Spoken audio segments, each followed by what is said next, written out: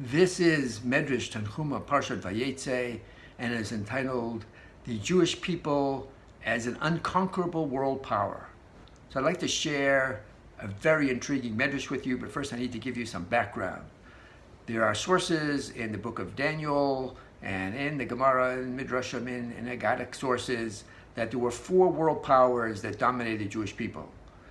So this, of course, started with Rome, Bavel, and that included destruction of the first temple.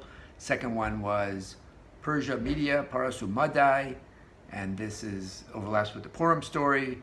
The third one is Yavan, Greece, which is the Hanukkah story, which we're going to soon celebrate. And the last one, of course, is the one we're still in, Rome or Edom. So the Midrash says, we all know that in this parsha, Yaakov saw angels going up and down the ladder. So the Midrash says that what Yaakov witnessed was these countries going up and down the ladder. And God said, okay, now it's your turn to go up the ladder. And Yaakov said, no, I'm afraid. And God says, why? And Yaakov says, because I see that everyone goes up the ladder, comes down the ladder. In other words, everyone that has dominance in the world eventually fizzles out and gets destroyed and overtaken, and a new power emerges. So why would I want to have that happen to the Jewish people?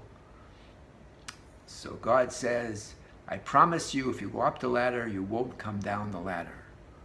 To which Yaakov responds, I'm still afraid. And God says, fine, if you're afraid, then all these four world powers will dominate the Jewish people. That is going to be Jewish destiny. Of course, this is an astounding medrash because it seems to almost put some kind of a blame on Yaakov for the destruction of the temples, our exile, and all the tragedies that happened to us in exile. So what's going on here? I have two answers for you. The first one comes from a parsha called Be'er Amarim in Midrash Tanchuma.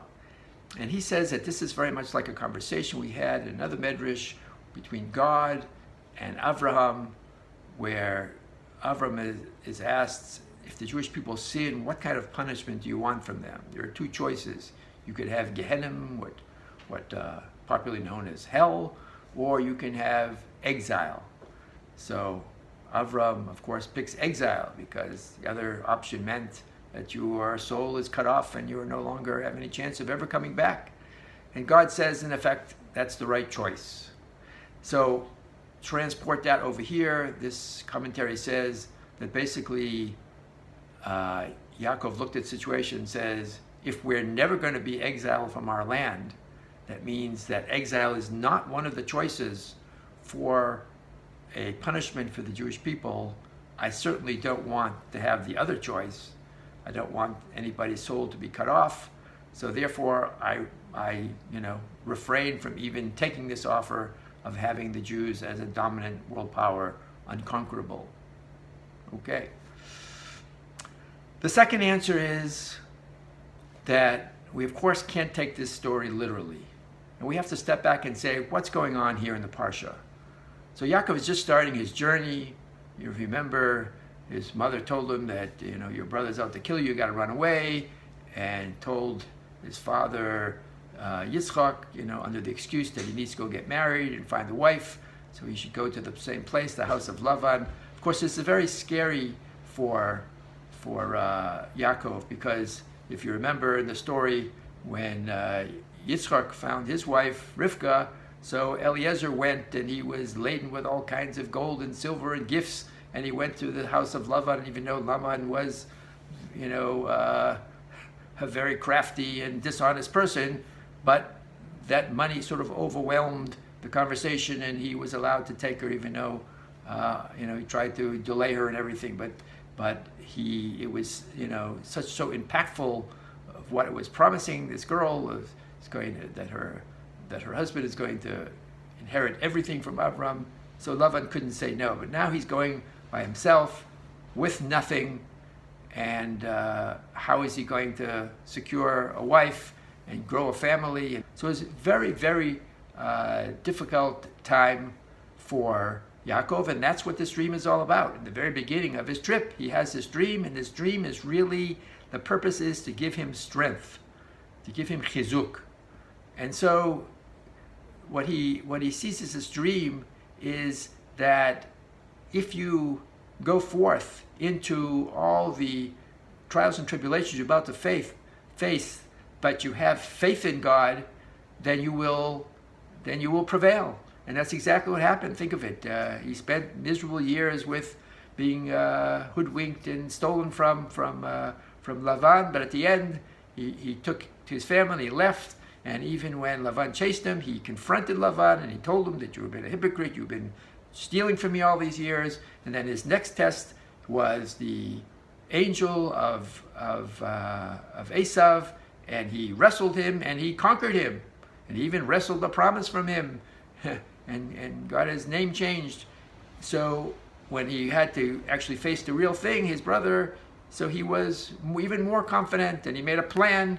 And we of course know that this plan has been used in all of Jewish history. When you have to confront a world power, you try the combination of bribery and prayer, and you have to also make plans for possible military tactics as well. And that's exactly what Yaakov did, and he was successful. He had his confrontation, and they separated, and they went their ways. And he arrived, as it says, Shalem. He came full, without losing any of his religious doctrines, his religious principles, and his faith was intact. And so it was successful. So that was his journey that was fraught with all kinds of dangers, and he prevailed because he kept his faith, and keeping his faith meant he was able to, his fear was subsided. So this exactly is, as we have said in many times, Masavot Siman Labanim. This, of course, is setting up all of Jewish history. We too, the Jewish people, are going to be facing all these troubles and tribulations from these four nations that are going to try to come and conquer us. So the message could simply be, if you have faith, like Yaakov did, and if you still are holding on to the principles of Avram, Yitzchak, and Yaakov, then you don't have to have any worries. No one will conquer you. You will become a world power, maybe Rome and Greece and Persian and all these countries, Babylonia, they may conquer the rest of the world, but they will not conquer the land of Israel, because if you have your faith, God will protect you and nothing will happen. That could be the message of this very intriguing dream. But unfortunately, it is not the way it turned out. And, history was rewritten by us.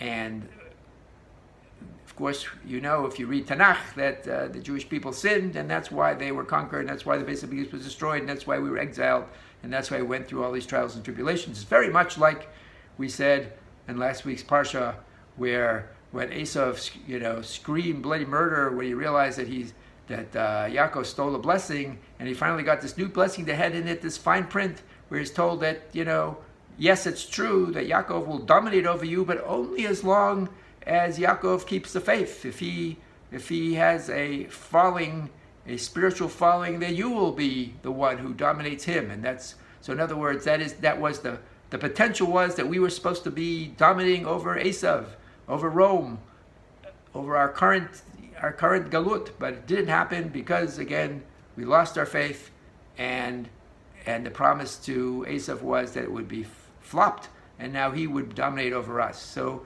it really comes together, and I think that is another way of looking at this very intriguing vision of the four world powers going up and down the ladder. This was the potential. It's about faith, just like the journey that Yaakov was about to take, and if you keep your faith, then all the potential for strength is there. But if you lose your faith, then unfortunately it's going to unfold exactly as it did in Jewish history. Have a great Shabbat.